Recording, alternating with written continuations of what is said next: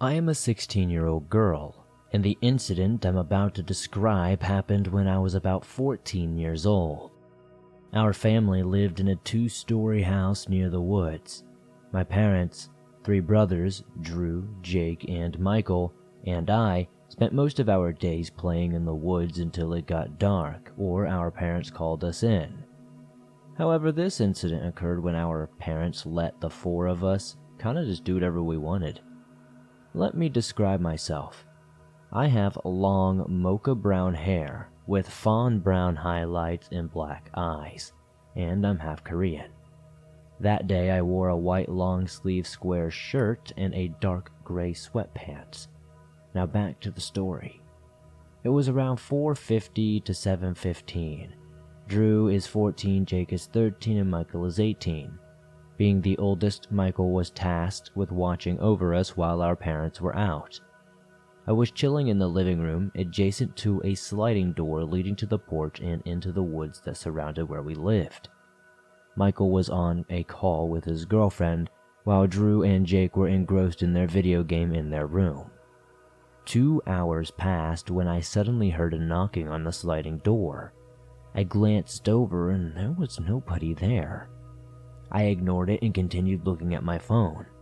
However, the sound persisted and I heard something hitting the sliding door. Curiosity got the better of me and I got up to investigate. Foolishly, I didn't ask my brother to accompany me.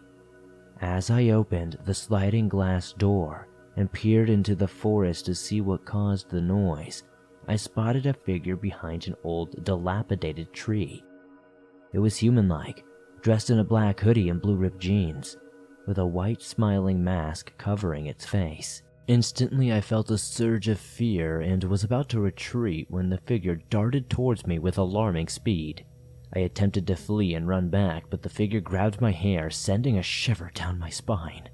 I think my older brother Michael heard me scream because suddenly I heard a gunshot, and the figure recoiled, clutching its shoulder. Seizing the opportunity, I ran away from the assailant and found Michael holding a shotgun aiming it at the figure. As the assailant looked at me, they quickly vanished into the woods. Michael came to check on me, making sure I was okay.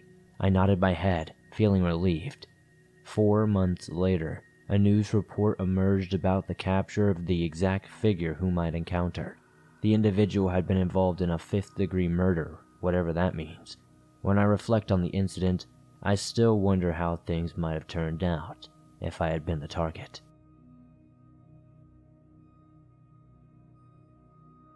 Hey there, Swamp Dweller.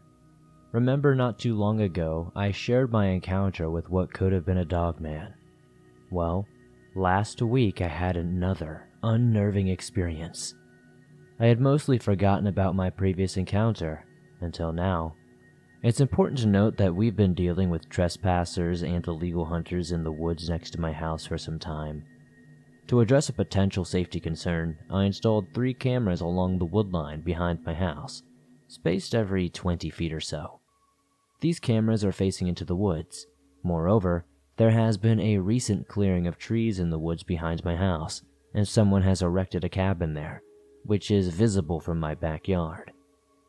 These 3 cameras are older models I received from a friend who no longer used them. They can only take about 30 pictures each and have film stored in them. I mounted them 8 feet off the ground and had only installed them about a week before the incident. It was around 7 a.m. on a Monday, and the sun was beginning to rise. I was pulling out of my driveway, getting ready for work, when I noticed something significant in white near the tree line. I got out of my car to investigate and found a deer skeleton. It had been completely gutted with nothing left, not even the eyes.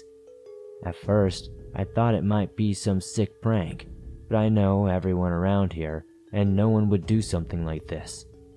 Upon closer inspection, I noticed slightly fresh blood on some of the bones. The trail of blood led toward the woods and disappeared at the tree line. I decided to check the footage from my tree cameras to see if they captured anything, but to my dismay, they were torn off the tree and smashed to pieces. The film inside was crushed and tangled beyond recovery. However, I found a small piece of golden fur on the edge of one of the cameras. It triggered memories of the encounter with the creature, leading me to believe it was responsible for this destruction. My mind was flooded with questions, and I felt disturbed by this whole situation. I reported the destroyed cameras to the sheriff's office and had the game warden come by to clean up the carcasses. The game warden mentioned they had never seen a carcass so thoroughly picked clean, with all the bones intact. I checked the cameras on my house, but unfortunately they didn't capture anything. The area where this happened was too dark and just out of sight, so I couldn't get anything clear. I'm not sure about the creature's intentions, but it's clear that it's aggressive and wants to avoid anything, and I don't want to be provoking it. I hope it doesn't decide to target me next. Otherwise, I might end up like that poor deer. I'll keep you updated if anything else happens. Greetings, Swamp Dweller. Firstly, I've had 4 paranormal experiences of my own. However, the one I'm about to recount was passed down to me by my grandfather through my father. My grandfather passed away in 1947 when my father was just 12 years old. Right before his passing, my grandfather shared this tale with my father. My grandfather was born in Greenwich, Connecticut in the year of 1900. He was passionate about fishing, camping, and working as a mechanic. He once told my father a story that has stayed with me over the years. As time went by, more details about this story have slowly emerged. From what I could gather, my grandfather had mentioned that he had worked at Port Chapman in Alaska from the years of 1938 to 1942. He had shared this story with my father twice before he passed away in 1947. According to him, he visited Port Chapman in 1938 and enjoyed his time there, pursuing his passions for fishing, camping, and mechanics. While there, he frequented local drinking establishments where folks shared tales of family and life experiences. One such story that left a lasting impression on him occurred in 1938 when a hunter claimed to have encountered a giant grizzly bear he had never seen before. The encounter was marked by a scream, unlike anything my grandfather had heard.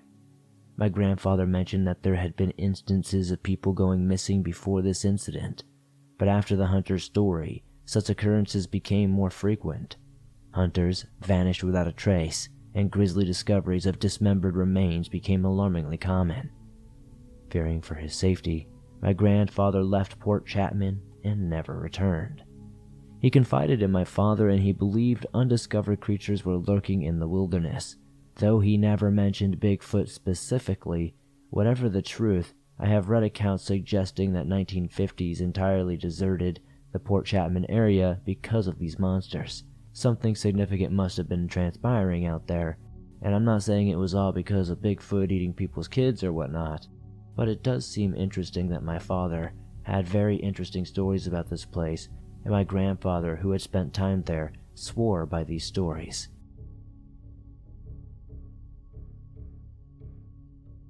I'm from Lancaster, Pennsylvania, and this incident occurred in January of last year in the middle of winter. There's a trail called Chicky's Rock runs along the Susquehanna River right beside the Route 30 bridge crossing the river. It was a Sunday evening, around 4:30ish, as it wasn't completely dark yet, but the sun was beginning to go down. We were walking along the trail, looking for a spot to smoke. My brother stepped off the trail to relieve himself, about 2 feet away while I continued walking. I want to stress that there was no one else on the trail and the parking lot was empty except for our car. As I looked down the trail about 30 yards from us, I noticed something very strange. It looked like an animal, but its features were unlike anything I had ever seen before. It had various characteristics resembling a kangaroo and a greyhound dog, with like a little bit of deer. Its color was a strange grayish hue, with very light fur, and it was moving oddly. I distinctly remember its hopping gait, almost as if it were momentarily standing on its hind legs. I called out to my brother, and he managed to catch a glimpse of it as well. The most bizarre part was that whatever it was, it seemed to be heading towards us. Once it noticed us looking at it, it quickly darted off the trail and into the woods. Keep in mind, this was winter, so there were no leaves or bushes obscuring our view, yet despite the lack of dense foliage, we could not see it anymore. It was inexplicable how it vanished so suddenly. The area wasn't heavily wooded.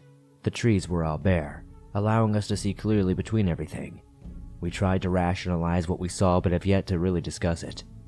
Nevertheless, my brother and I are confident that whatever creature we encountered that day was unlike anything native to Central PA. Does anyone have any ideas what we could have seen? Hello, Swamp Dweller. I live in rural Southwest Virginia, nestled in the Appalachian region. A few nights ago, I had a peculiar experience while wandering alone in the woods. It was around 7 p.m. and it was nearly pitch black outside. I was playing airsoft by myself and enjoying the tranquility of the woods behind my home. As someone who enjoys a somewhat solitary existence, I find peace in spending time among nature. As I walked through the forest, I came across a feeling that didn't feel so nice.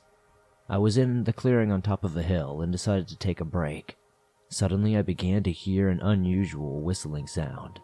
The tune was unfamiliar to me, and the sound seemed to be coming from behind me, close to the property line that we share with our neighbor, no more than maybe 150 feet away from me. Instantly, a chill ran down my spine and an unsettling feeling of being watched washed over me. Without hesitation, I sprinted towards home, leaping over rocks and branches. The whistling ceased shortly after I began my retreat, but the sensation of being observed lingered. Though I glanced back as I opened a gate, I saw nothing, perhaps due to the darkness and the distance I had covered. I ruled out the possibility of the sound coming from a bird due to the absence of foliage on the trees and the ongoing cold weather. Moreover, no birds were visible, and the surrounding forest was eerily silent. Additionally, the whistling did not gradually intensify as one would expect if the source were getting closer. As someone who has spent a considerable amount of time in these woods, I had never encountered such a phenomenon before. Despite feeling fatigued, I remained lucid, dismissing the notion of hallucination. This encounter left an indelible mark on me, surpassing any previous feelings of being watched in these woods. Could it have been an animal? Perhaps, but our property is guarded by dogs and encounters with wildlife are infrequent, limited to the occasional deer or bear sighting. Our dogs occasionally bark into the woods but remained quiet during the episode. I am seeking clarity regarding this encounter. I am hesitant to dismiss it as mere wildlife, but I am not necessarily attributing it to a paranormal matter either. My name is Luke and I am now 20 years old. This story happened to me when I was 17. This experience still gives me chills to this day. In May 2017, I found myself going out a lot more on my mountain bike. I was getting bored of cruising around the streets, so I wanted to go out for a trail, woodland bike ride. I have never been to Lee Woods before then. Personally, I do not think I will ever go alone again. After some research into different areas, Lee Woods seemed to be the best bet. Living only a couple of miles away was a nice bike ride. On arriving, it looked very peaceful, and I was almost in a dreamlike state by my first look at the place. For a woodland area in England, let alone Bristol, it was amazing. On going into the woods, I remembered seeing different colors at the start of each trail, signifying difficulty for bikers and length for walkers. Don't take my word on that bit, I still have no clue what they mean, honestly. So I decided to go down the blue-colored trail to see what was down there. Finding it exciting, I decided to go down the harder trail, and now, here's where it starts to get weird. I began having this weird sort of vision looking around as if I'm being swallowed by the woodland. Everything felt like it was getting bigger and further away. I brushed it off, but it turns out I lost track of time. I got lost in the trail. Now keep in mind I am very observant and aware of my surroundings. I then came to a strange opening. I could go left in the rough direction of the way out or right deeper into the woods. Me being me, I decided to go deeper into the woods. I came to a weird little trail that just had dodgy written all over it, metaphorically speaking.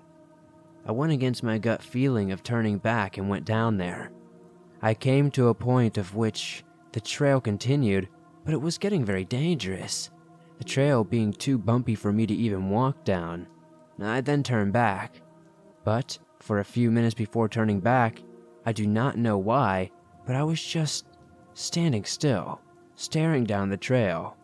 I felt like I was being watched from all angles, even though it would be near impossible to have that many eyes surrounding me in that area. I got nervous and began walking back up the hill as I was too tired to ride at this point. Keep in mind, my bike tires are completely solid, with no punctures, slow punctures, or even anything wrong at all. I wish I still had the pictures of the bike. Upon getting back to the spot where I originally went to the trail, that weird loss of time thing began. It felt as if the whole path had stretched by a half a mile, as if the woodland was moving. I began walking up the path feeling that same eerie sensation of being watched as I did beforehand. This time, it felt a bit more sinister. It felt as if something were about to happen. Bearing in mind, I had not seen a single person now since I went down that first trail. I will explain the scenery before continuing. It is a long path, a slightly steep hill to my left, a narrow river to my right, maybe 4 feet deep and 4 feet wide. Bushes are on the other side of the river, with the odd tree every now and then. Upon getting about a quarter of the way up the slowly inclining path, I hear a woman crying behind a tree up ahead. I start slowing down my walking pace to try and get a look behind the tree, but the whole time I am thinking to myself, why would someone jump across to cry behind a tree? So I edge closer to the river to look behind to see if the person is okay.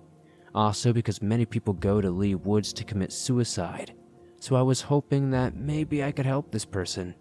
But you guessed it, there is no one there and the crying stopped. A bit weirded out, I just slowly turned away and started walking again, a bit quicker as I was unnerved. I have had a few paranormal experiences before this, but not in a place like this, never in the woods. Usually it was in a house or some sort of building, so this was new to me. I had this sudden shiver as I was walking. Maybe a minute or so later, only a couple of meters away where I heard the crying, it started again, but this time it was opposite of me across the river. I did not bother looking. I started just going again in a bit of a jog. As I got faster, I heard the bushes rustling, as if there was something following me. Upon hearing this, I sped up and the crying became more and more hysterical. Bear in mind, my bike was fine before this moment in time. I have thought to myself, F this, I am gone. I try to hop on my bike with the adrenaline that was rushing through me, and I had come to an almost sudden stop. My back tire on my bike had become completely flat out of nowhere, so I had no other choice but to sprint with my bike and pray for the best, and that I do not trip or end up having to throw it and run faster. With the crying person still close to me and keeping up, I am running faster and faster, praying I just get off this path that I was on. I had that feeling of wanting to cry because I could not actually do anything to help the situation or get out of it any faster. And after what felt like an hour but was probably only 5 or 10 minutes, I could see the car park.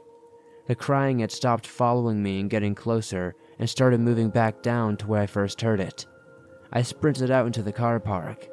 I must have been as white as a sheet of paper and hysterical with my breathing and wheezing as multiple people in the car park turned to look at me like I was crazy. I saw the exit sign out of the car park and ran towards it, and whilst doing so, I noticed my bike to be moving a lot smoother. I could not believe that my bike tire had suddenly regained all of its air. It was solid again, as it was before the unnerving crying person shenanigans. I jumped on my bike and got away from Lee Woods as fast as I could, and have never gone back, as every person I tell this story becomes more reluctant to go there with me. The thing that makes this story so scary to me is I have Irish heritage. In Irish folklore, there is a demon that we call the Banshee. She is seen in woodlands next to rivers and lakes washing blood off clothes. It is said that if you see her washing blood off clothes, the person who owns those clothes will die.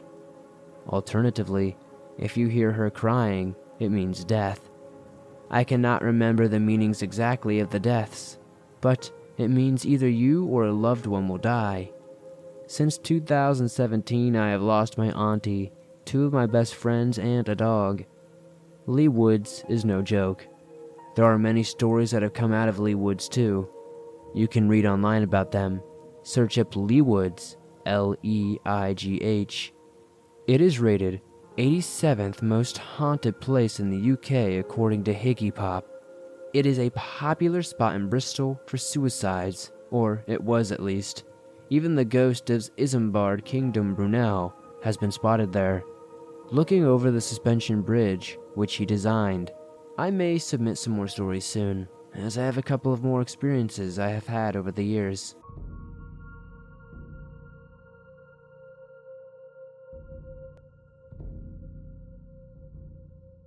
I grew up in Long Island, in a town called Kings Park. We had quite a few spots of dense woods and trails, but they were rather small, just a few hundred acres, and nothing in comparison to rural or mountain areas. They were awfully close to my house. There were 2 wooded areas, and so I would go to them nearly every single day from an incredibly young age. I very specifically remember visiting one of these spots on a clear day. I was incredibly young. I do not know why no one was watching me at the time, but I only had a single parent.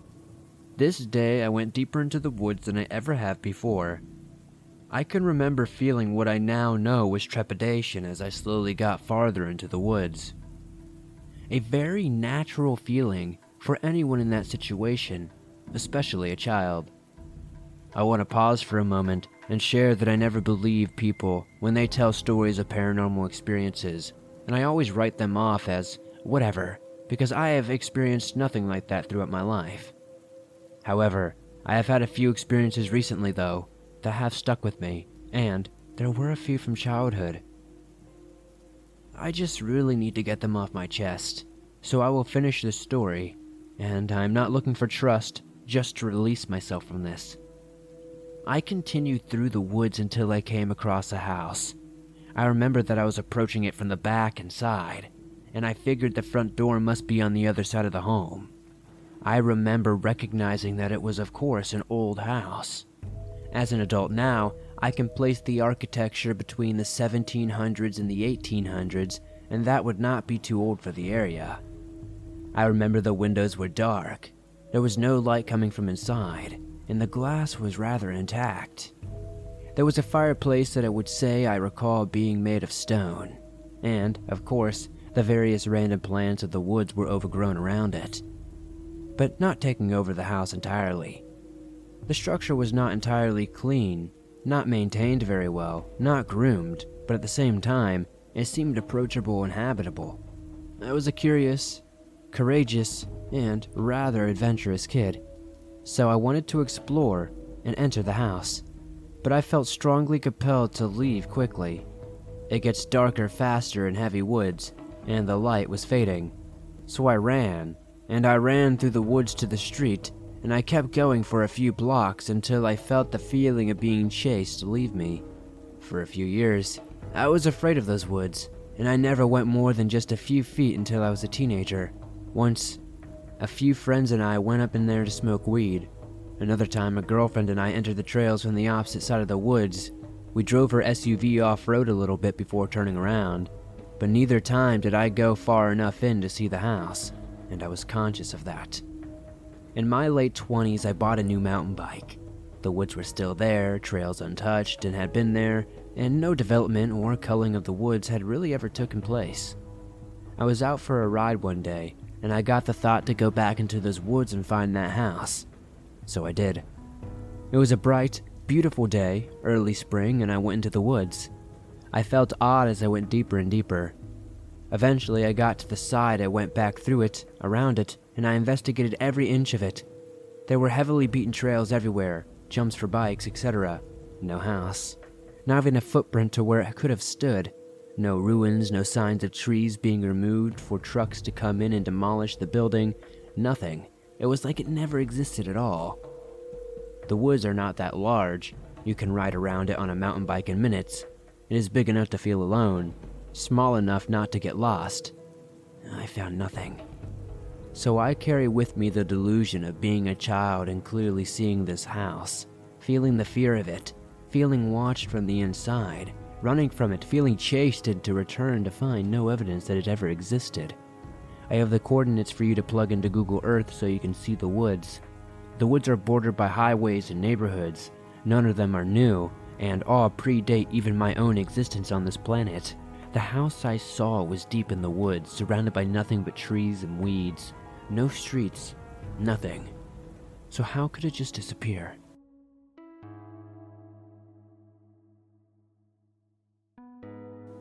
I am a woman in my 40s, and happy to say that there have been very few times in my life that I have felt scared enough to fear for my life.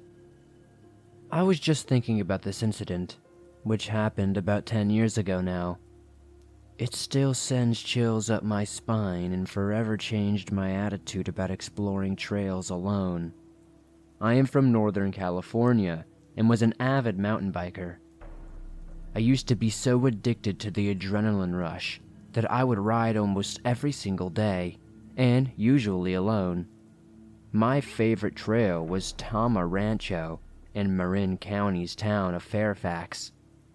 The trail was designed for mountain bikers, so it was a great ride, and hikers tended to avoid it. If you are familiar with the trail, you know that it is quite remote and peaceful, but because it was an advanced riding trail, it was also empty most of the time. I would often complete my 2-hour ride without encountering another soul. That was part of the trail's beauty, but what also made this experience extra scary for me. I had been riding for more than an hour when I came around a bend and saw a hiker coming up the trail.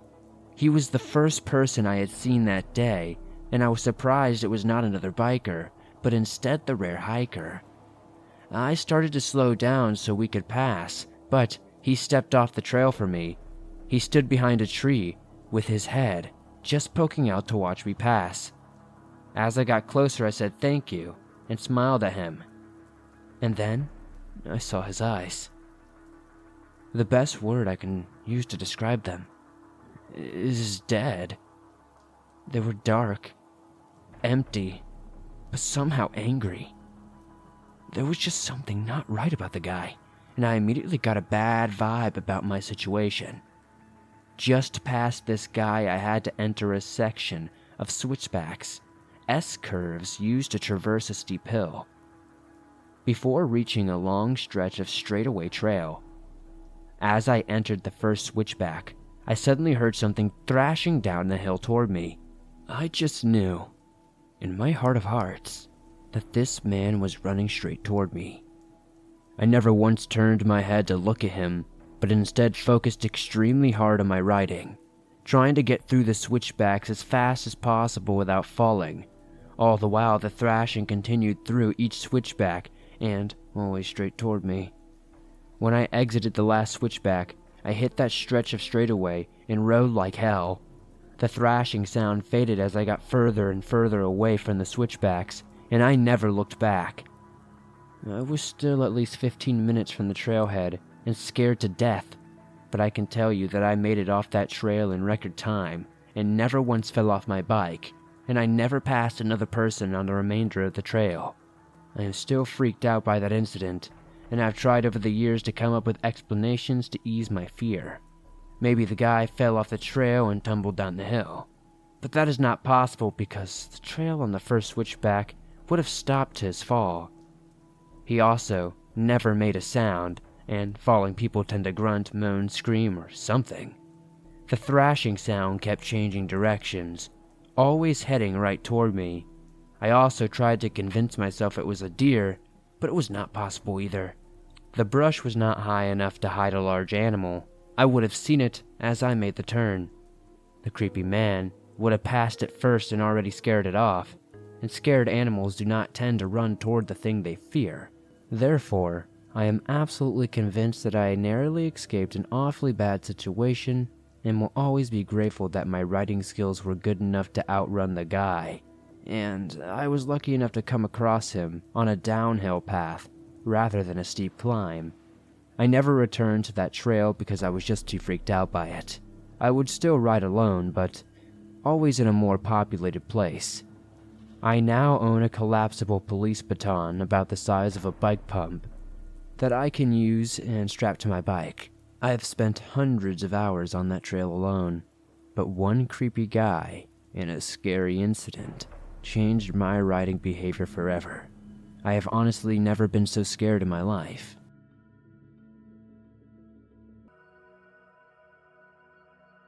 My best friend's mother passed away from a degenerative disease in their home about a year ago. 2 weeks ago, I moved to this lovely neighborhood with my friend and her fiancé. My best friend and her fiancé are both into the occult and are Satanist. While I don't share their beliefs, I don't really judge them for it. I'm not particularly religious or spiritual myself. However, their home is quite different from what I'm used to. It's a $500,000 home, but the blinds are always shut, and there are spooky paintings, statues of Lucifer, and pentagrams around the house. It's a beautiful house, but the decoration is, questionable. My room is pink and frilly, filled with stuffed animals. I wonder why I moved here. However, I am lucky enough to not pay any rent, and I have found a well-paying job that allows me to pursue my legal career. My host has been very welcoming and kind enough to open the doors of her home to me, so I cannot complain. But I do feel a little bit concerned. My television, which I received as a hand-me-down, was a faulty LED lighted one.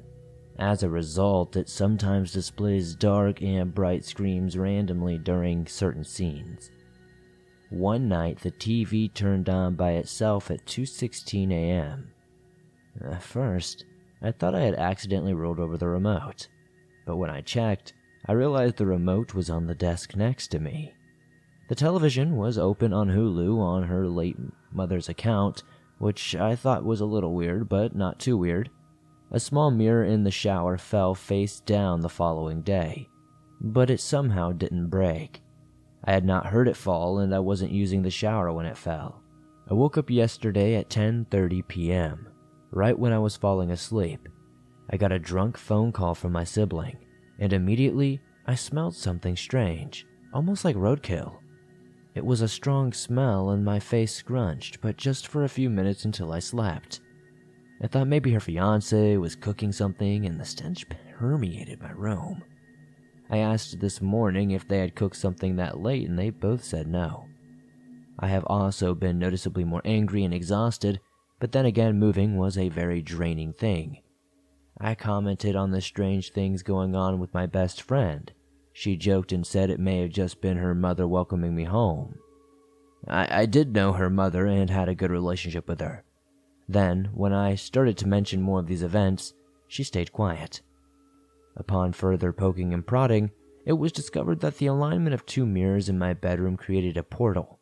I conducted a cleansing and the incense was used to hopefully remove any negative energy. I'm not inclined towards any religious or spiritual beliefs, but I'm experiencing something very unusual.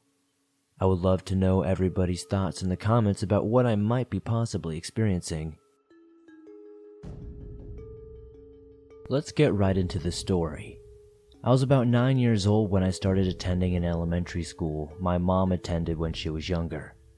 It was a massive school with 4 floors and a playground out front. I only went to a classroom on the first floor. We had a weird thing. We had one teacher all year, but they taught different subjects throughout the day. Anyway, I needed to use the restroom, so I asked my teacher to go. She said that I could, so I got up and went to the bathroom. It's essential to know that in this story that there are light motion detectors throughout the school. As I walked down the hallway, one of the lights shut off, and I got a little freaked out because I was like 9 and scared of the dark. I quickly walked down the hallway and it flashed back on. I felt relieved and went to the bathroom. After I was done, I left the bathroom and the light was off again. I was about to rush back down the hallway when suddenly it turned on. No one was even there. I could see the whole hallway from where I was standing. It was just me. I got freaked out when I suddenly saw it shut back off and there was this vast black figure. Except it wasn't standing. It was slithering around the floor like a snake. I freaked out and ran straight to my classroom, never looking back for a second.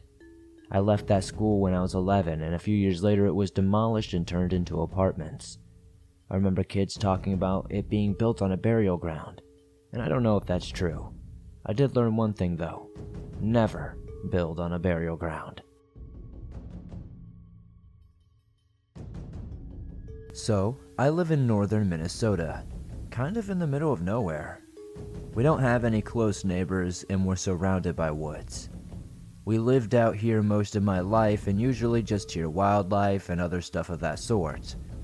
But recently, I've heard something that was like a person. Or maybe something similar to a person. You know how you can tell the footsteps by something if it's on 4 legs or 2?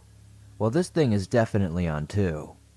I have had 3 occasions where who or whatever it was right outside, just watching me. The first one was not so bad. It was outside at about 1 a.m. Me and a couple of buddies were just hanging out. We were talking, having some fun, just kind of shooting the shit, when we heard someone walking around in the woods.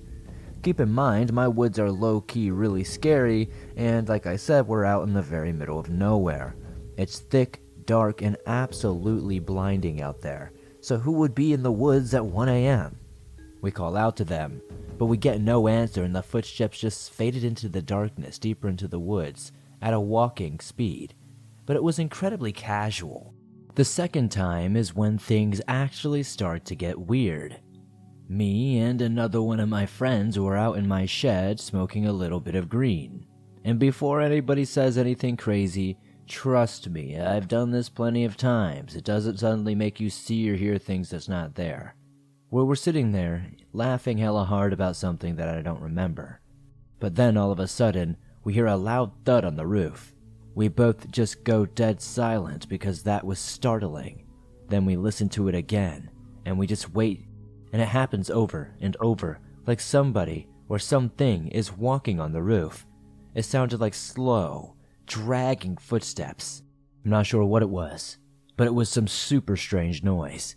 It kept going on for at least 6, maybe even 7 stomp drag steps before it stopped. Both my brother and I were scared and didn't know what to do. We sat there silently for quite some time, and then I nervously laughed because I was just so confused. Later we ran outside the shed, but we couldn't find anything on the roof. It all just happened so fast, and it was just after sunset, so there was still just a little bit of light, but there was nothing on the roof that we could visibly see. On the third occasion, it was around 11 p.m. and I was alone. I must admit, I do enjoy smoking ganja, but I can assure you again that it doesn't cause hallucinations, at least not in my case. I was inside my house at this time and I opened my first floor window, which leads out to a small brick patio at ground level. I was just about to light up a cigarette when I heard some shuffling noise coming from the grass.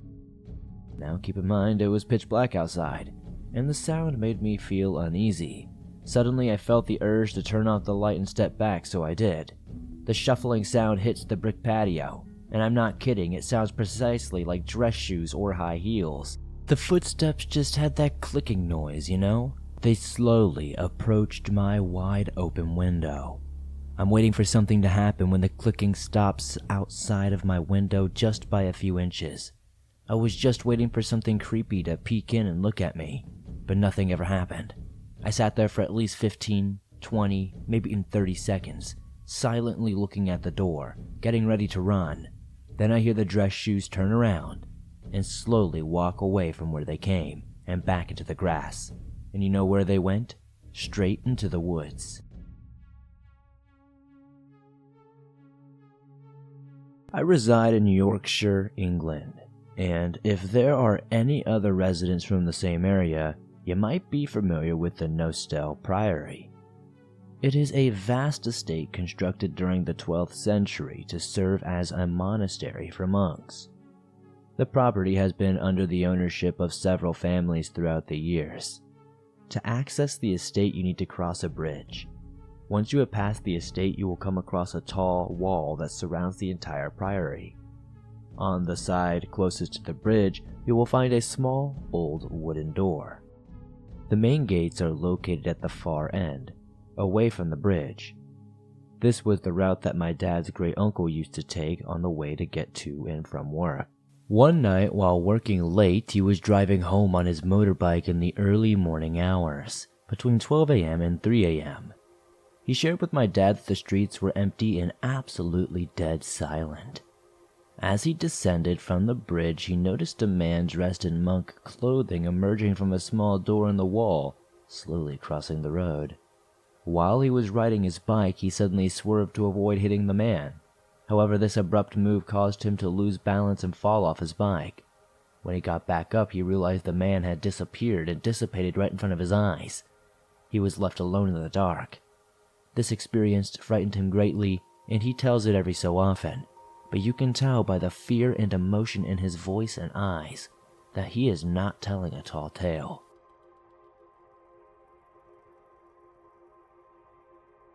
I want to preface this by saying I'm a hard skeptic. It's not that I'm against the idea of paranormal activity, but more that I prefer to go through every possible scenario in my head before resorting to that. And for example, seeing photo orbs as dust on a lens or actual ghost sightings as manifestations of mental illness or hallucination. If there's a rational, real-world explanation, I will probably believe it over something more magical. Anyway, this series of events happened in my old house about 8 years ago now. It was 2014 and I was 15 years old. I was going through a lot at the time with bullying at school, which combined with general teenage angst meant that I was not in the best headspace. I thought the idea of the paranormal was cool, albeit unlikely, so when a friend suggested playing around with a homemade Ouija board, I decided to give it a go. It didn't do anything, right? It was just a paper with letters drawn. Of course it didn't work. Why would it? Recess ended, and I just went on with my life. I have no idea if it was just a coincidence or if this was some sort of catalyst, but I thought I would include it for detail's sake. But after that, weird things started happening. I think the first was the light. I was laying in bed with my mom late one night. Yes, I know, probably weird for a 14-year-old to share a bed with his mother, but I had severe anxiety, and needless to say, obviously I like my privacy now, but that night I felt like I needed comfort, and she had just fallen asleep. I was still awake staring at the wall ahead of me. From where I was lying, I could see the open ensuite door ahead of me, with the window to the left. Suddenly some light appeared. It was perfectly round, almost like someone was shining a flashlight in through the window. However, it was odd that it had no distortion. Usually you'd expect a light shown at an angle to be elongated, but this one, it just wasn't. To make it even stranger, it was half over the ensuite door, and despite this, there was no distortion of the light going into the bathroom itself. It hovered there for just a few seconds until I quickly shoved my mom and asked her if she could see the light too. She woke up, looked around, and said no, and sure enough, the light was gone. She told me to sleep when it appeared again in the same spot. This time she saw it because she shut up mid-sentence and just stared. Once again, after only a few seconds, it disappeared and didn't reappear again. We were both pretty freaked out at this point because there was no way someone could be shining a light through the window. The angle was way off, and we had the curtains drawn. It was just this strange, hovering white light. Eventually, we did end up going back to sleep because there was nothing we could exactly do about weird orbs appearing in the middle of the night. Next, the TVs started flickering by themselves. They'd turn on randomly, and sometimes we'd wake up to find them with a pure white screen. No noise, no distortion, just totally white. This could easily be dismissed as faulty wiring, potentially. I know little about TVs, but technology isn't the most reliable sometimes. This is when I first experienced sleep paralysis. I woke up lying in my bed, on my side, and saw a figure in the corner. Noticing I couldn't move, I saw the figure come closer, run its hands down my spine, rustle the curtains before I could finally wake up. I already knew about sleep paralysis as a phenomenon and recognized it immediately after I woke up. It's got a pretty solid scientific explanation, so I didn't think too much of it. I was probably just overly tired. Until now, these events seemed pretty unrelated, and I didn't worry too much about them. Things very suddenly took a turn for the worse, though. One night, I got up to go to the bathroom, and upon lifting the toilet lid, I found it just full of blood. I was pretty tired, and sorry, this is quite gross. I just figured my mom had her time of the month and, for some reason, used my bathroom and forgot to flush. I went to bed. The following day, when I made a passive-aggressive remark about flushing her blood, she told me that it was nowhere near that time of the month for her. That was pretty damn weird, but like the horror movie protagonist, I proved myself to be thus far rational, so I chalked it up to imagining things. Until, of course, blood started to appear in other places in the house. At that point, we had 9 indoor cats, so our first thought when waking up to drops of blood on the walls and the floor was that one of them must be injured. We checked all of them over, but there were no injuries we could see. And to make it even stranger, the blood was only in a few select spots, and they didn't form a trail. On the wall, the blood drops were far too high for any cat to reach. We had 9-foot ceilings, and didn't have any drip marks. It looked as if someone had put a dollop of red paint on the wall, and it dried immediately, but we could definitely tell it was blood. At the same time, we started finding strange water in the drawers. My mom noticed one night that there was water spilled on top of her bedside table, and upon opening it, she found all of her clothes inside totally soaked through. The liquid had no odor, it wasn't sticky, and was completely clear. Anyone who owns cats know that cat pee has a very distinct smell, so that was out of the question. Plus, her drawers were made of thick wood, so the chances of water being able to soak through enough to actually drench the clothes inside was almost impossible. At this point, we started to think that something weird was going on. From there, things escalated. Items would go missing only to appear again days later, and cats were constantly on edge and freaked out for no seemingly good reason. They stare at stuff on the walls, then bolt away, and were generally unsettled to an unusual degree. Things would fall off shelves, the liquid and blood kept showing up to the point to where it became a regular occurrence, and finally, we just decided to move. I think whatever it was in the house didn't like that we were leaving. One night, I had this horrible sinking feeling. It was just this sensation of being watched, like I can't describe it. It was like this pressure and uneasiness, like something just wasn't correct. I decided I'd sleep with my lamp that night to ease my stress. When I woke up, I was in a sleep paralysis fit, and much worse than the last time. It was auditory, visual, and had sensory overload. I won't go into too many details because this post isn't about sleep paralysis, but the gist of it was a demon talking to me on my chest until I saw the infamous Hat Man, at which point the demon expressed fear and jumped off of me.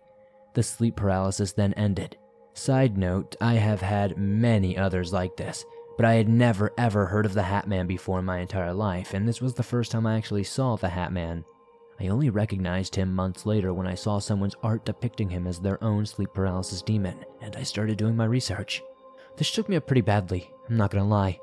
But again, sleep paralysis is linked to REM sleep, and maybe I just jinxed myself into experiencing it through that uneasy feeling from earlier. I only really started to feel unsafe after this next event, and it's the one that requires the most description. I was fast asleep, and it was around 4 a.m. I found out later that my stepdad had just left for work about 20 minutes before this, and my mom was awake in bed because of that. I, however, did not wake up. All I remember is being woken by something. It wasn't the natural way one was roused from sleep usually. It felt jarring and unnatural, and when I opened my eyes, I screamed. It was the most terrifying sensation I'd ever felt. Anyone in a life-threatening situation can definitely attest to this. They could probably understand that sudden, just impact of dread and terror, the immediate recognition that something was desperately wrong. It was like my brain immediately kicked into survival mode, despite not fully comprehending what was happening. I have never experienced night terrors, nor have I ever woken up screaming. This was different from sleep paralysis too, because I could move as soon as I woke up and sat in bed. I must reiterate that I have never felt this kind of fear before, and I've suffered from anxiety for most of my life. When I opened up my eyes, I saw a shadowy figure standing over me. but I was immediately distracted by a massive crash of everything falling off my wall shelf. I think I had a few trinket boxes and figurines up there and a jar full of little crystals I had had for ages. All of that shattered on the floor. My mom immediately panicked into my room only to find me sitting in the bed with this mess on the floor. When she asked what was wrong, I couldn't even answer.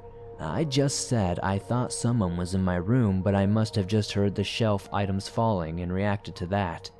My mom looked confused and said, no, she'd been awake and I had screamed before the crash. There was absolutely no way the collision had woken me up. We examined the shelf and started trying to piece together what had happened. Now, the shelf was only on some boards and wasn't nailed to the wall. This meant that if someone applied pressure to the front or the sides, it could tilt forward. Initially, we thought that maybe one of the cats had jumped up and stepped in the wrong spot, causing everything to slide off. However, we quickly did realize that this would have been impossible as the shelf had yet to be moved from its spot, and the position where everything fell from to a line where the things dropped and landed wouldn't have made any sense for them to have fallen forward. It's like somebody would have had to have picked it up and thrown it. That still didn't explain why I screamed before the crash or the dread I felt upon waking up and feeling like something was in the room with me. Thinking back on it, I realized that when I opened my eyes and screamed, I could remember in my daze seeing the items on my shelf be swiped by someone. We moved quickly after and haven't experienced anything like that ever since. The TVs that used to turn off by themselves and flicker on no longer do that. The cats have settled and have never been that crazy, and I haven't experienced any sleep paralysis since. Was this paranormal? Some angry spirit? A poltergeist? I have no idea. It's one of those things that people will probably look at and say, surely there's a reasonable explanation. Maybe the author's just exaggerating or lying, or skipping important details, because I know that's how I would react. It's how I respond to these kinds of stories. But I guess paranormal experiences are just something that you have to experience yourself to truly believe. I'm fascinated by sleep paralysis and the collective images we experience during it. The act itself is easily explained by REM sleep patterns, but not what we experience within it. Is sleep paralysis something more than a funky brain pattern? I damn wish I knew.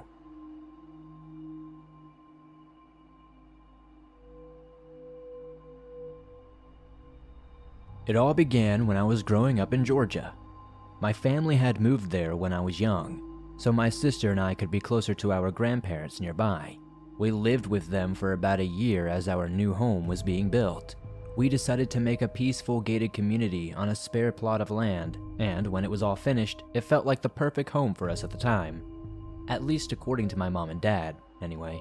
My mom worked the day shift at the local hospital, and my father was day trading at the time, so he was home pretty much all the time.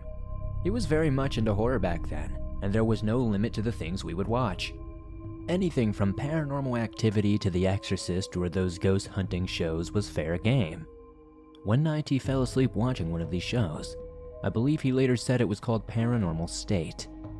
The show followed this group of college-aged amateur ghost hunters traveling the country attempting to solve these ghost cases. In this episode, my dad fell asleep. They were reading passages from an ancient book they found in this house that they were investigating. Then, they started reading names in Old Latin. My dad said it was shortly after this part that a low, guttural, gravelly voice echoed in the bonus room that was our TV room and shook him awake. The voice called his name, Phil, in such a tone that it seemed to shake the whole house. My dad then decided he had had enough for the night, and since it was late, he brushed it off as a bad dream and went downstairs to bed.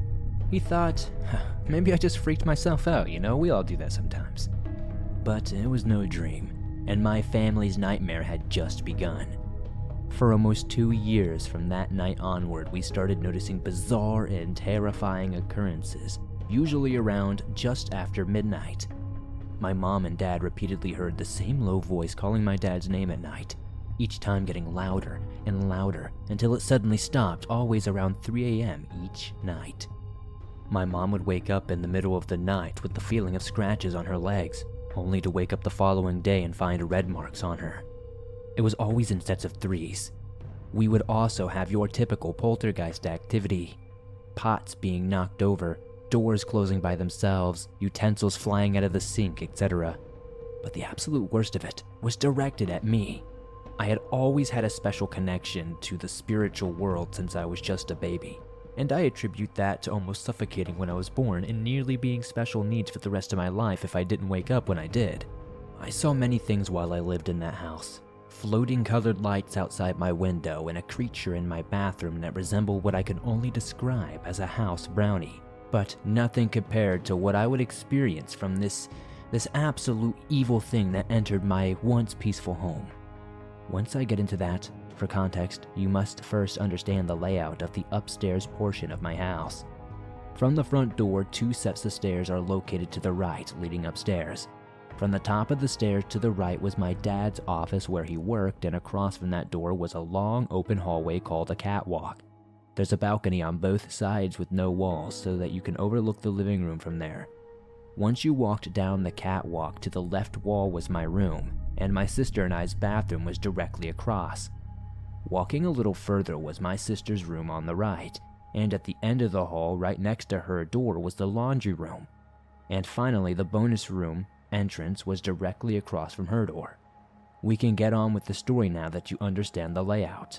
For many nights, I experienced severely disturbing paranormal activity. My door would shake violently every single night. My lights would flicker. I'd hear scratching along the walls, and I'd listen to low, deep, heavy breathing outside the door each and every single night. It got so bad that my mom procured some St. John's charms to protect from our local church, preventing it from getting into my room. So I was relieved to have them. Unfortunately, that only made the activity outside of our rooms even more unsettling. We got so desperate to make it end, we called a medium to come and cleanse the house. She walked up to the bonus room and said that this was the source of the evil energy, almost as if it had a portal that had been torn there. I think that night my dad was watching that show. Whatever they read from that book opened up a portal in that room that night. She gave us some sage, and we smudged the house.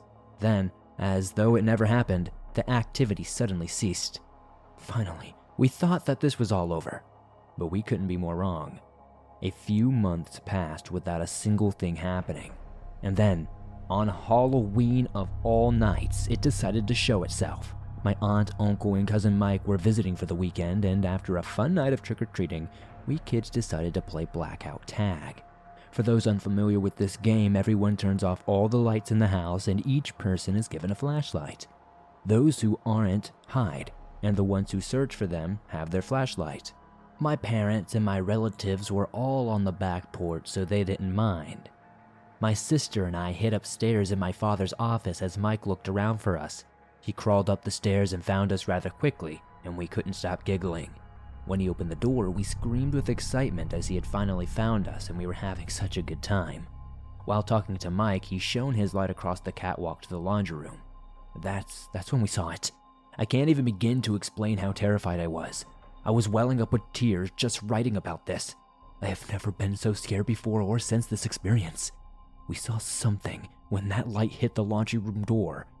It was like black smoke billowed out from the bonus room.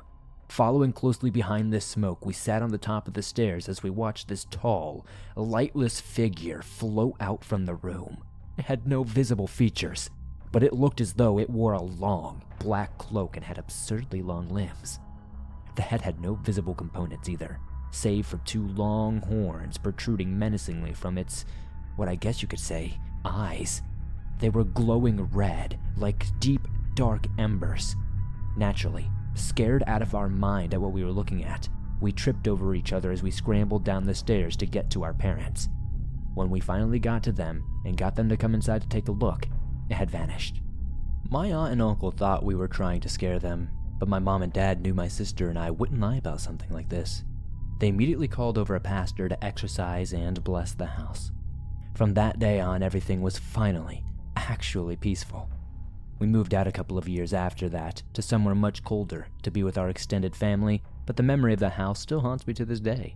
My sister and cousin, they don't really recall much, probably having blacked it out due to the intense trauma, but I still remember and I'll never be able to forget it. I have since grown and lived in quite a few ghost-free homes. I have lived in many houses with positive energy, negative energy, etc., but God is my witness, nothing as traumatizing terrifying, and as unexplainable as that house I grew up in.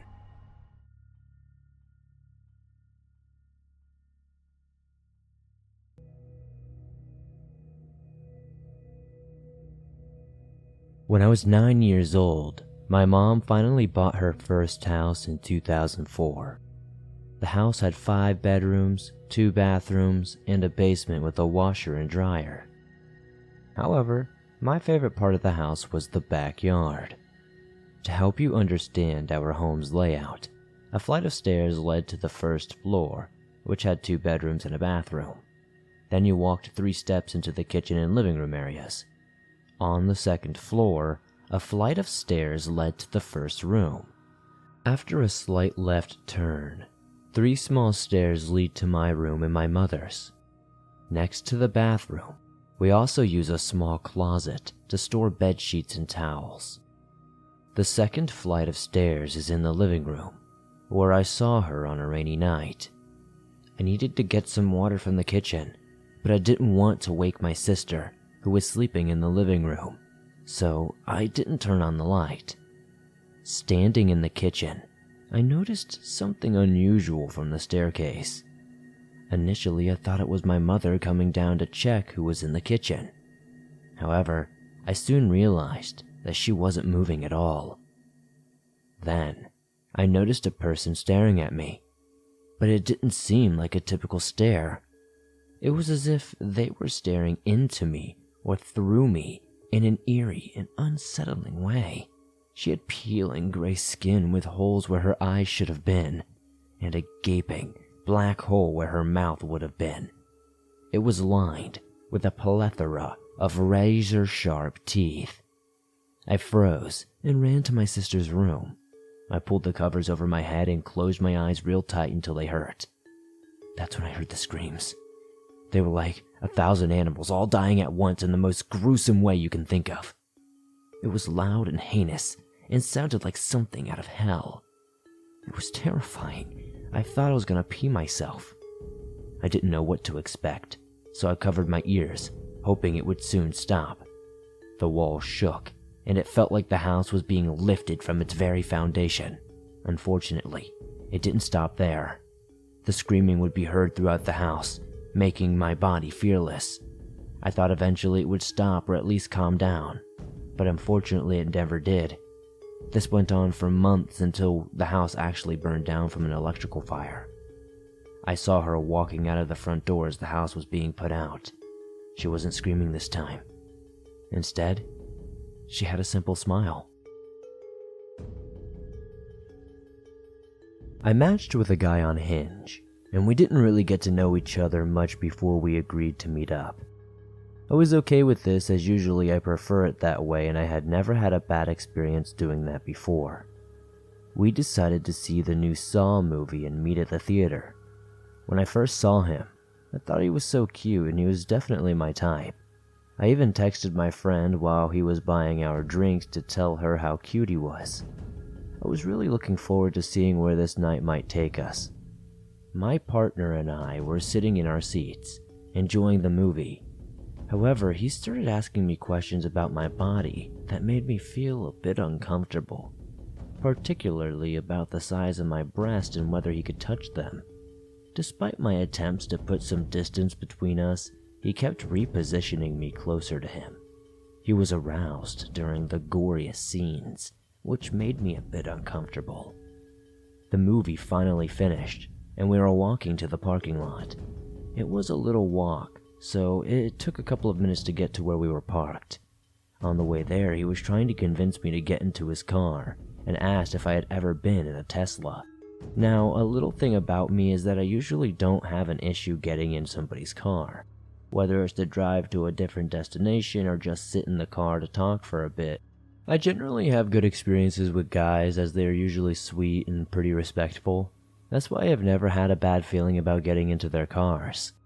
However, when it came to this man, something inside me was telling me not to get into his car. It was almost 10 p.m. and the parking lot was somewhat empty. I told him that I was tired and needed to head home. He began walking me to my car, and that's when I realized I had parked in a secluded spot, and this made me rather nervous. We get to my car and he keeps asking me for kisses while grabbing me, and at this point I'm genuinely scared, so I told him just to peck, but I needed to get the heck out of here. I was standing alongside the driver's door, so he pressed himself against me, with his arms holding on to me. I tried pushing him off, but he wouldn't move. And then he finally did it. I told him again, I really need to go, but he started saying please, just go with him to his car, and how he needs this. I was honestly terrified, and was still trying to be nice, so I gently shoved him down, shut him down, and got into my car and drove away. Still, as I was starting to get in, he tried to force himself on me again, and I don't know how I was able to get him off, and I just somehow did it. When he began walking to his car, I immediately drove off in fear that he would follow me or something. I just cried the whole way home. This is the first time I've told this story in its entirety, with as many details as I can. It's a bit scary, but it's nice to finally get it off my chest.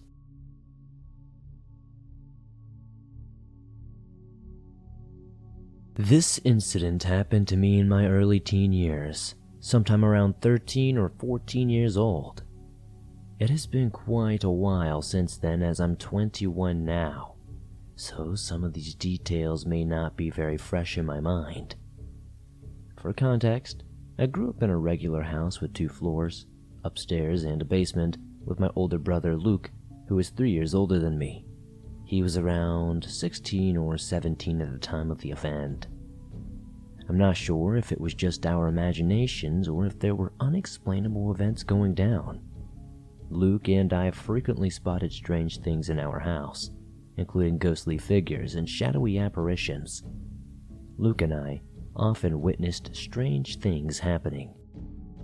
We would see an old woman singing in the rocking chair in the living room, but when we would try to confront them, they would always disappear into thin air. Additionally, we both saw shadow figures out of the corner of our eyes. The basement was the worst, and we avoided going down there alone at all cost. The atmosphere gave us chills as if we were not alone. It's worth noting that neither of us had any mental health problems, and we still don't. We used to share our experiences with our parents, but they would often dismiss them as just our imagination. I mean, I couldn't blame them, as for a long time I thought that Luke's and my fears were feeding off of each other. However, on this particular night, I know what I saw plain and clear. This was not my or my brother's imagination. Previously, the things we would see would be very quick appearances, disappearing rather quickly, to the point that I had to question if I had really just seen that. However, this night was different entirely. My family and I had just sat down to watch a movie together. We did this often on the weekends. Anyway, before we started the movie, I got up to go to my room to grab something. I don't quite remember what I was getting. My room was just down the hall from the living room where we would be watching the movie, and when I opened the bedroom door and walked in a few feet of my room, I stopped dead in my tracks. Standing in the middle of the room, looking directly at me was, well, me. It wasn't like a solid person. It was more like a ghostly apparition. You could tell it wasn't a real person. She was just standing there, looking at me with this wide grin, unblinking, unmoving, unwavering. I remember being frozen in fear. I couldn't even scream or make a peep. I was looking at an apparition of myself. She wore the same clothes I had on in the moment, and everything about her looked just like me. I'm not sure how much time passed. It must have only been a few seconds, but it felt like several minutes. When out of nowhere, this apparition ran towards me, breaking the several feet of distance we had between us. At this point, I had regained control of myself and began turning away, about to run, but she reached out very quickly and ran right through me instead of stopping. I spun around, and she was gone. At this point, I just sped out of my room and shut the door, not even grabbing whatever I had gone in there for. I didn't even say anything to my parents or brother. I just sat on the couch as they played the movie. You can bet I didn't pay much attention to that movie though. I just was petrified the entire time. Of course, I never told anybody about what happened until now, and I still slept in my room that night, even though I was absolutely terrified from the experience hours prior. For quite some time after that night, I was always afraid of my room, and I always kept my door open when I was there for quite a long time after. I was terrified I would see that apparition of myself again. Eventually, however, I did try my best to forget about it, and teenage life definitely helped that. It never did happen again, so I figured I could tuck it into an encounter of the back of my mind. Since that experience, I've been fascinated with the paranormal, albeit still a little scared of all things paranormal, but fascinated nonetheless. It wasn't until recently that I was listening to one of the earlier videos on this channel. Some of the stories were about doppelgangers, and they had me thinking about my own experience. I had never considered what I saw as maybe a doppelganger, but I've been doing some research recently and wonder if I did maybe see it. If anybody has any ideas, definitely let me know in the comments.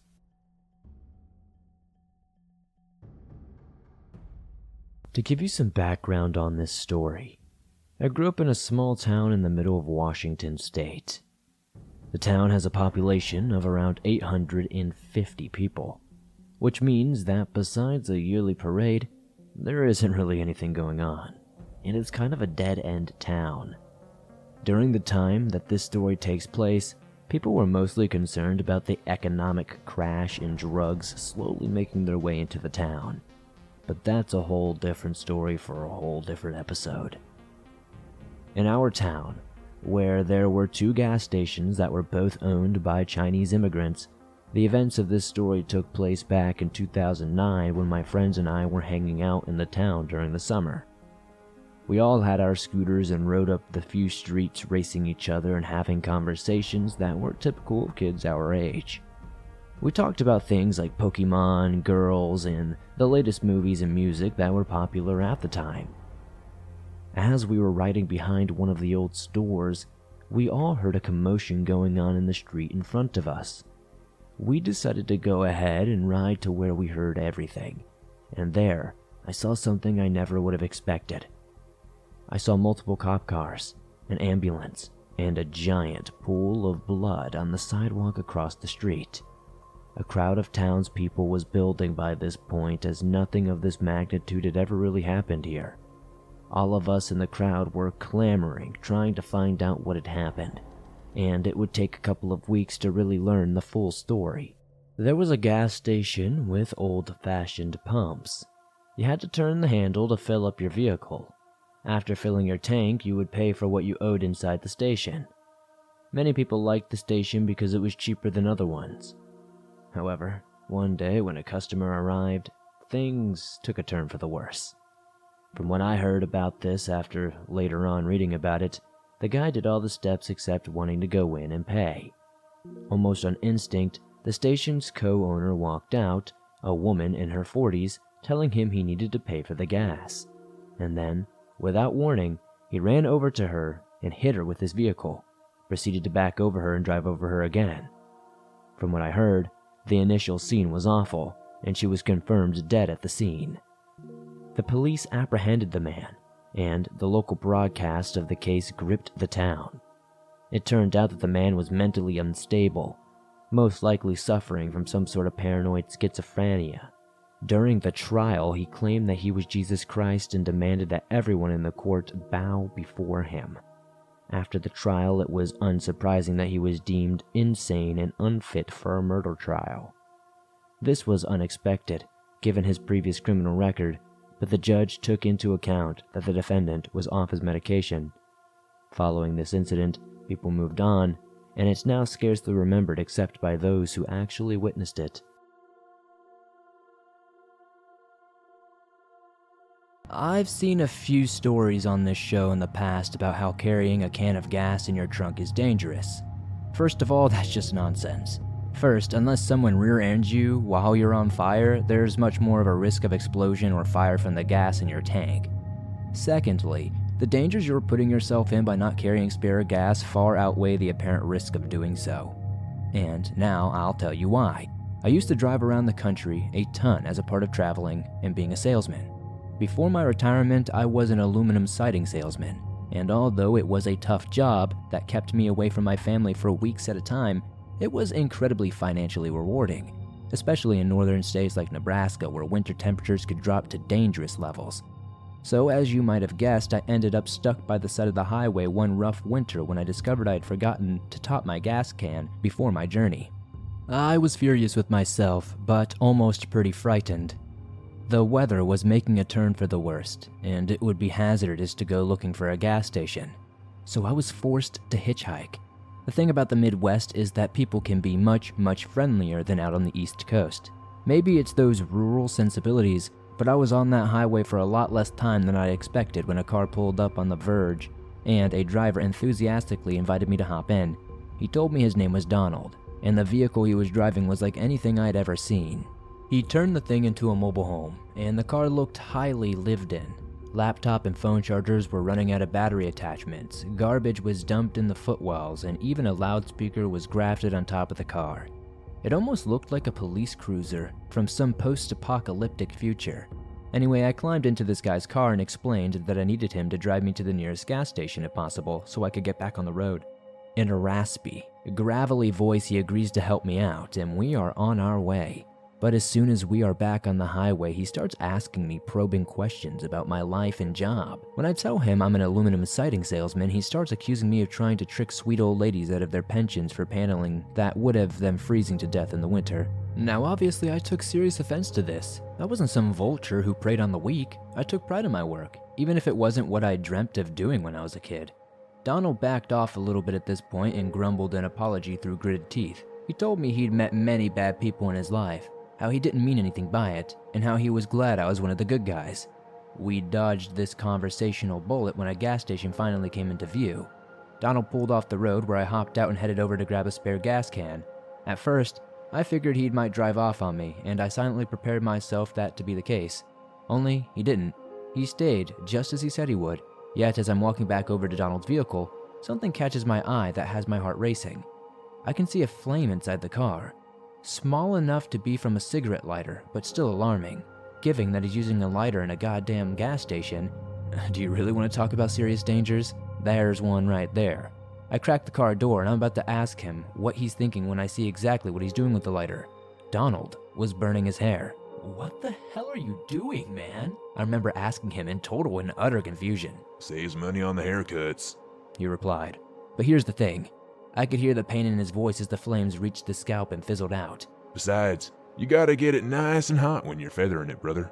I was utterly lost for words. He was using a cigarette lighter to style his hair. So I asked him again what he thought he was doing, using a lighter at a goddamn gas station. He snapped back at me, but I asserted that I was holding a freaking gas canister in my hand and he should put that thing away before I got back in. But that's not even the weirdest thing he did. Driving me back to my car, Donald began complaining about tooth pain. I sympathized a great deal. My daughter had some dental work done that previous year and it had cost us a fortune. That and tooth pain can be terrible. So I began to relate the story of my daughter's ordeal. That's when he began to growl and pull over to the side of the road. He seemed furious, and at first I was worried he would try to kick me out of the car, right then and there on the side of this icy highway. But I could never have anticipated what he did next. Donald reached under the driver's seat and pulled out one of the biggest freaking hunting knives I had ever seen in my life. He looked at me, holding the thing tight in his grip, and gave me a wolfish grin. I'm not embarrassed to admit that I was terrified. The guy wasn't playing with a full deck if you're catching my meaning, and I slowly prepared to throw myself out of the passenger side if he went for me with the blade. But he didn't. Instead, Donald put the knife into his mouth and I heard the sharp edge grind against one of his teeth as he bit down on it. I remember desperately wanting to ask him what he was doing, but the words just wouldn't come out. So all I could do was watch as a few drops of blood suddenly bubbled between his lips and ran down his chin. He was ripping his goddamn tooth out with the knife blade. It was horrific, and in the end I couldn't bring myself to watch as he grunted and growled, his raspy voice grinding in agony as he dislodged a tooth with a sickening crunch. As I said, I wasn't watching, but I listened as he spat the broken tooth into his palm, rolled down the window, and tossed it onto the highway. You could have saved a few dollars on your daughter like that, brother, he said, in between spitting out mouthfuls of blood through the open driver's door window. Again, I couldn't find the words. I was utterly just left in shock and disbelief at what I had been witnessing. Luckily, we rolled up to my gasless car not long after, and as promised, David slowed to a stop and let me out, which helped me get back on the road. I thanked him genuinely, and all he did was let out his horrifying gravelly laugh. It sounded genuinely evil, but I don't think he was meaning any harm. He was just manic. I still think about Donald sometimes and wonder how he's doing, if he still lives in that car performing self-surgery. But on that off chance he comes across this story somehow, thanks Donald, but please get some help. At the time, I was a 20-year-old female who had just moved to a small upstate town. I had grown up in a slightly larger town about 60 miles away and just wanted a new start.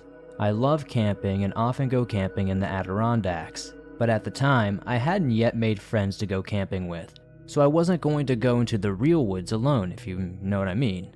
Down the road from me, I had been walking around and found an area where the power lines cut through a wooded section. The power lines were perpendicular to the road. It was near a house, but far enough to the right to the place where I don't think anybody would see me if they were walking the trail that the power lines made. I'm not sure about other countries, but in the United States, they keep power lines clear in case of maintenance. So I wander up there, noticing how it's pretty deep woods, and how far I can get away from the house that I saw on the road. They couldn't possibly think I'm trying to break in. And then, bing, I get an idea.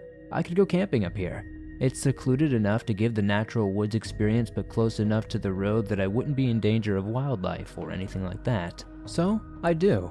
I set up camp in this little clearing that I accessed by climbing the hill, following the power lines, then turned left onto what seemed to be some sort of deer trail.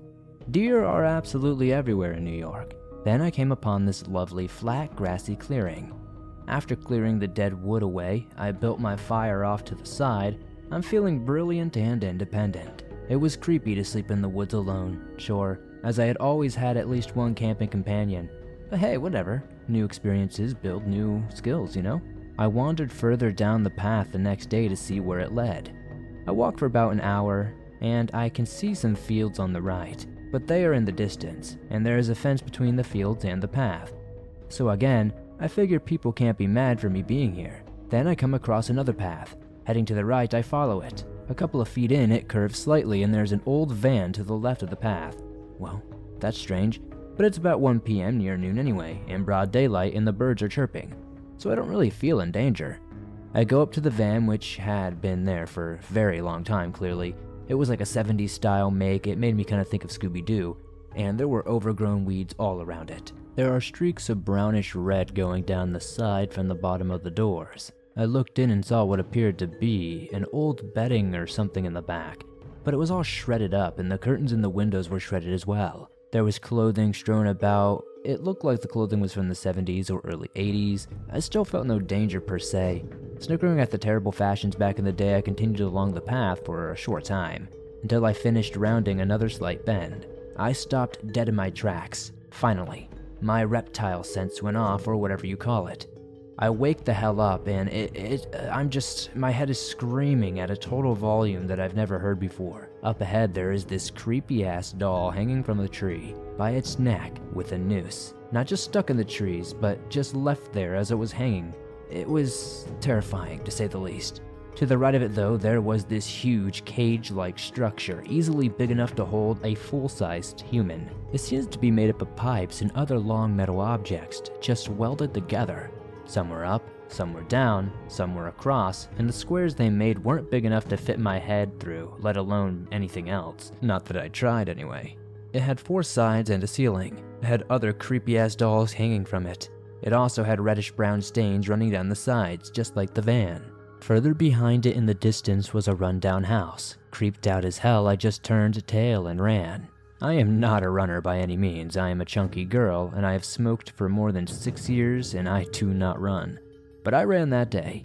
I don't even remember the run, and I remember coming up upon my campsite, grabbing my tent in one swoop as I ran past. Luckily, I had put all my things into the tent. Ripping it out of the ground as I continued running, I left my cooler, my food, and all that stuff behind. I never went back for it either, and sometimes I kind of feel bad about that though. I dropped the tent stakes along the way and had to repair rips in my tent. I tore down that hill. I'm still surprised it didn't break my neck or ankle. Jumped in my car and sped home. I locked all my doors, then paced my house going, what the hell, what the hell, what the hell, for hours. It's been 11 years since that incident, and even typing it now makes my hands shake. I currently live almost 1,400 miles away, but I still made sure my doors were locked, and they are. The crazy thing is I wasn't even that deep in the woods. Maybe in the 1970s it would have been, who knows. As it stands now though, people live within a short walk of this place. And no, I know you will ask, I did not call the cops. I can't articulate why. My best analysis looking back is that I didn't want the creep to find me. I should have probably called them at the very least. You are probably right there. I hope it was an old crime scene and not some sick man who still keeps people in cages in the woods.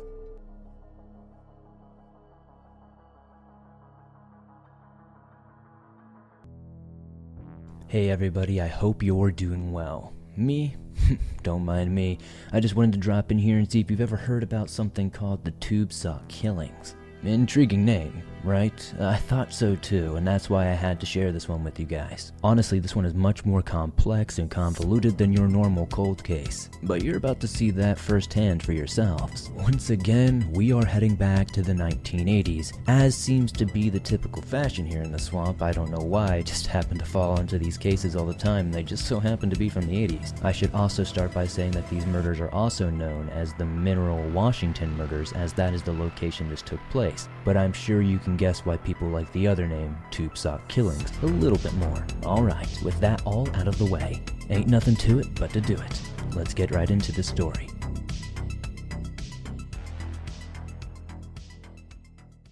Edward Smith and Kimberly Levine were both accountants who worked in Kent, Washington. They were accountants for the government, to be specific. They had moved there shortly after graduating from the University of Southeastern Massachusetts. They were engaged to be married as well, but sadly, that day would never come.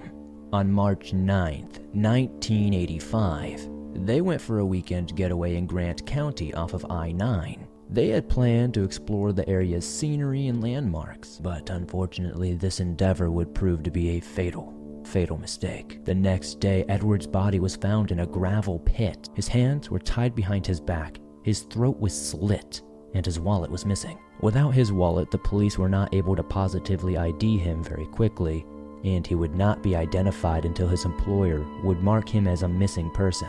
A major search for Kimberly ensued, but unfortunately, the next clue in this story wouldn't be uncovered for over 2 weeks. That's when the couple's vehicle was found 10 miles away from where the last body was found. Investigators were able to recover a fingerprint from the vehicle. It didn't match either of the two missing people, but unfortunately there was still no sign of Kimberly anywhere. Her skeletonized remains weren't even discovered until the next August, where she was found in some sagebrush about 2 miles away from where her fiancé was located originally. One interesting note to consider in this particular case is that the Night Stalker was plaguing California at this very specific time, not very far away from this location. Reports of his killings made national news at the time, of course. While the cases are clearly not connected, others have noted certain similarities and believe that it may be possible that the Night Stalker could have had something to do with this. But like I said, it's probably very unlikely. But an interesting thing to take into account here is these killings and all the subsequent killings we're going to cover could have easily been committed by somebody trying to emulate Richard Ramirez.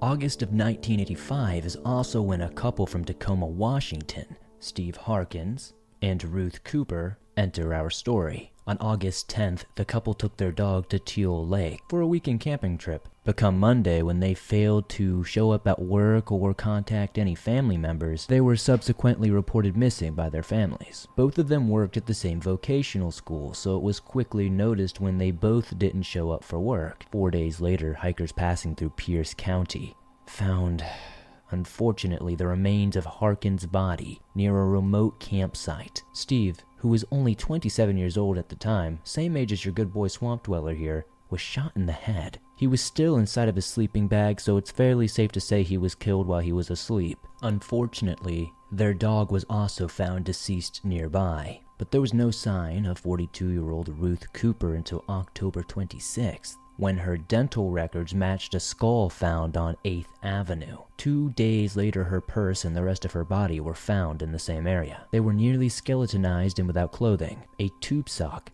had been tied around her neck. Though the autopsy report would show that she would die from homicidal violence, a spokesperson would later say that she died from a gunshot wound to the abdomen. The police believe the tube sock was used more as a restraint rather than a way of killing somebody. Needless to say, it would be impossible not to wonder if this case would somehow interact or intertwine with the last couple that we had just talked about. But unfortunately, with no leads and no possible suspects, the police would continue to scramble. Then, in December, police were forced to contend once again with another situation that could tie in to the Cooper and Harkin disappearance and murder. Many, at the very least, believed all three of these killings were committed by the same person.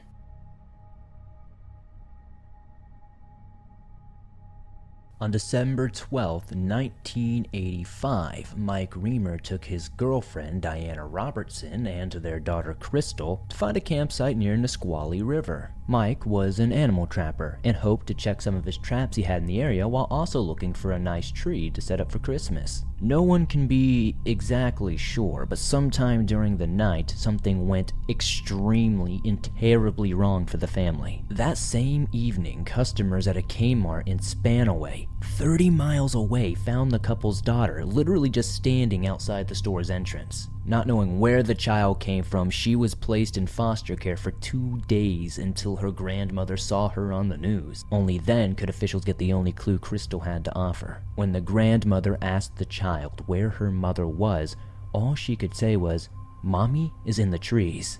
Now, I know this is a story a lot of people have probably heard, but they probably didn't know this was actually connected to a greater case. Unfortunately, she wasn't verbal enough to really make her point known, assuming the child's parents must be somewhere inside the forest. Both ground and air searches were conducted around the area Crystal was found. Not only was there no sign of the couple, their red Plymouth was nowhere to be found. Mike's father believed that foul play had to be involved, as his son always carried a .22 caliber handgun with him. Police took note of this handgun, as I do believe a handgun was used in a previous one of these cases. But unfortunately, that type of gun is quite common, so it can't really be linked too much. Diana's body wasn't discovered until many months later, half buried in snow. It was on February 18th, 1986. A motorist who stopped to walk his dog along the highway noticed her near a logging road by Washington State Route 7. Bloodhounds scoured the area for several days after, and even though Mike's red Plymouth was found, 6 inches of snow ultimately stopped and slowed the search to a complete standstill. Inside the trucks, its seats were lined with blood, and investigators discovered a manila envelope inside that read, "I love you, Diana." On top of it, it's assumed the envelope at one time must have contained something, whether it was another note or some sort of small gift. It's honestly impossible to tell what it could have been or if it actually holds any significance. The blood was identified as being human, but due to the age and deterioration, the forensic team wasn't able to tell you exactly what type of blood, like if it was A, B, etc. Meanwhile, Diana's mother was able to identify the envelope and the handwriting on it as being Mike's, but an FBI expert was unable to confirm this. Also found in the truck was Mike's winter coat, and given the conditions at the time, it's highly unlikely he would leave his truck willingly without that jacket. Additionally, bullet casings were found a short distance away from the truck, suggesting somebody opened fire on it, but whether these shots came from a .22 or not is unknown. Diana's autopsy revealed she suffered 17 stab wounds, and just like Ruth Cooper, she was left with the tube sock tied around her neck. Since Mike's remains were not found in this endeavor, the police started to develop a theory that he was the one responsible for abandoning their child at the Kmart and killing his girlfriend, and maybe even perhaps the previous homicides as well. But of course, they could not rule out definitively just yet that he was also still a victim. But of course, every avenue was worth exploring. While there admittedly wasn't a clear motive for Mike to kill his girlfriend and abandon his daughter, or, kill any of the previous couples for that matter, he did have somewhat of a record with abuse. The most recent being just a few months prior to the murder. On that occasion, he was charged with domestic assault and malicious damage. He had 2 other previous incidents as well. In this instant, Diana's police report said, Mike kicked in her apartment door, pushed her down to the floor, and rubbed her face into the carpet, like she was some sort of dog. This, of course, caused visible injuries to her face, particularly her left eye and her nose. Afterwards, she was granted a restraining order. But of course, she would ignore this when the couple would reconcile and get back together. And ultimately, they took their trip in December. With these factors in play, you can't help but think that Mike was simply on the run potentially. And that's exactly how people would view this for 22 years. But let's put a pin in Mike and Diana's story right now. We'll come back to that in a little bit.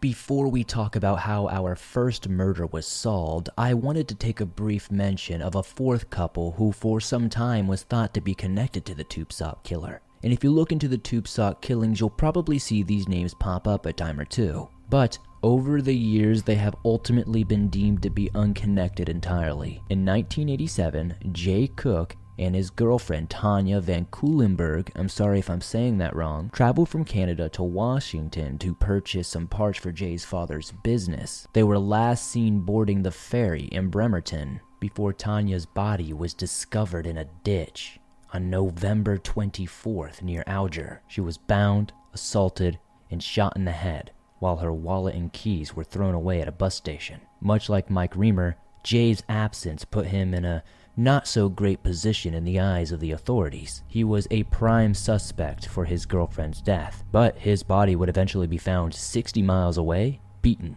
and strangled. This case actually didn't see another lead until 2018, when DNA evidence was matched to two cousins, and the police went on to arrest a truck driver named William Earl Talbot. He was found guilty and is now serving 2 life sentences at the Washington State Penitentiary. Now, as we move forward, keep in mind that this case was not solved until just a few years ago. So, the police are still operating under the notion that these killings could potentially be connected to other sets of killings.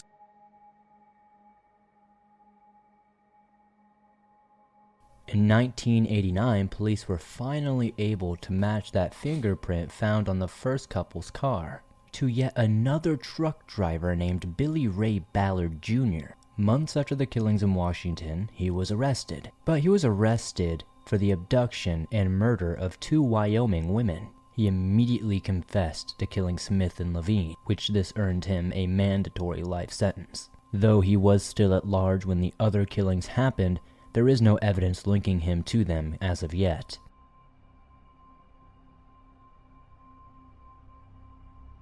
Then on March 26, 2011, a hiker found a big surprise. They stumbled what they thought was a vacuum cleaner cover.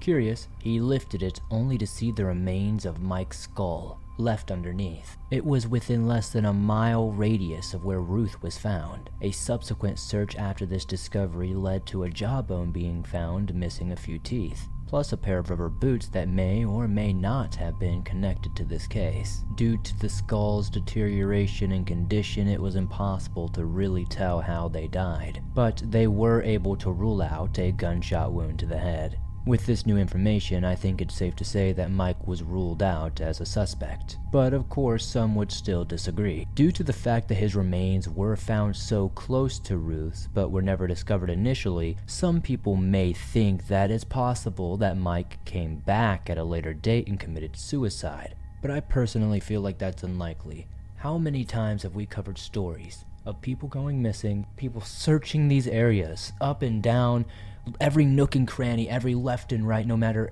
where you look, there is no sign of this person. Then their belongings, with these people sometime either alive or dead, pop up right where we started.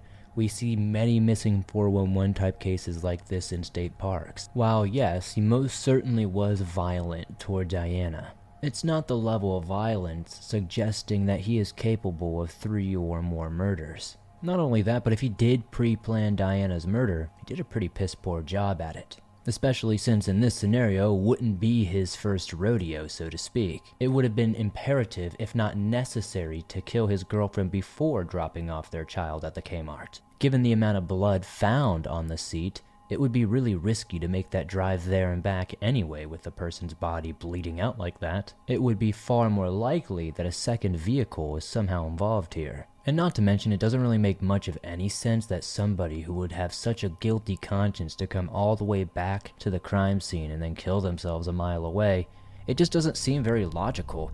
Why would they do this in the first place? Doesn't it seem more likely that he would want to be right next to her, right in the same spot as her, to end his life with her if he was that remorseful of killing her? It doesn't make any sense that he'd be a mile away, if you get what I'm saying here. Plus, don't forget that couple from 1987. That hasn't been solved yet either. As far as the police were concerned, all this did was simply rule out Mike as a suspect in the case.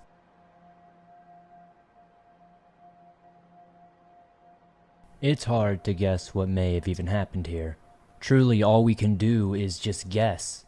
And even then, we may never really know. No matter which theory prevails in the end, there are so many insane coincidences in this case. Assuming the tube sock killer only killed the two couples where the tube socks were involved, the Smith and Levine case were both a coincidence in timing and action. The actual violence seems to just match up so well. Could multiple people have been inspired, consciously or subconsciously, by Richard Ramirez the Night Stalker? To me, it seems so strange that such thorough searches were conducted in each one of these cases, and yet nothing was ever found until just before a new murder.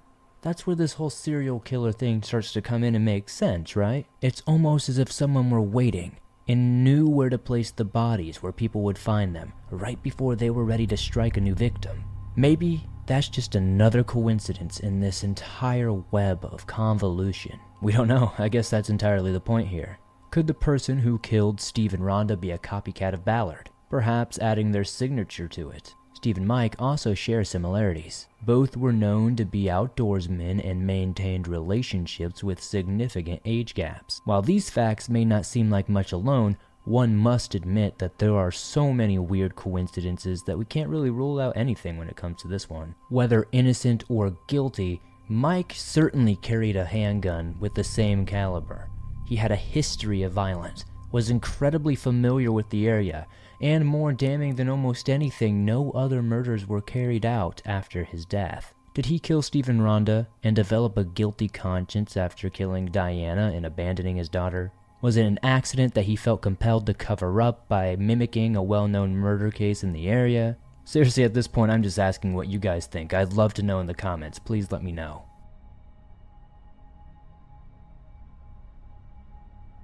Well, and that's another tale told here in the swamp, my friends. I really appreciate you guys checking out this style of storytelling. I know it's incredibly different from what I normally do on here, but it's something that I really do want to work towards in the future, and I think it's a lot of fun. I have a lot of fun putting these together. If you enjoyed this story, please be sure to hit that like button, elbow it in the face, make sure it feels it. Subscribe to the channel if you're new, it really helps us grow. If you're listening to this on Apple Podcast or Spotify, be sure to give us a 5-star rating over there as it helps us grow on those platforms. If you have a story that you'd like to suggest, be sure to throw it down in the comments or join us on Reddit at r/thedarkswamp. You can also send in your personal scary stories to be shared on the podcast at swampdweller.net. I'd love to share your story with everyone here in the swamp. I really appreciate you guys for all the support. If you can comment down below letting me know your thoughts on this case, I'd really appreciate it. If you made it all the way to the end, be sure to comment the code word to confuse anybody who didn't, which is blue rectangle. Thank you guys so much. Be sure to join me on Instagram, Facebook, Twitter, TikTok, all that good stuff, and I'll see you soon with another creepy episode.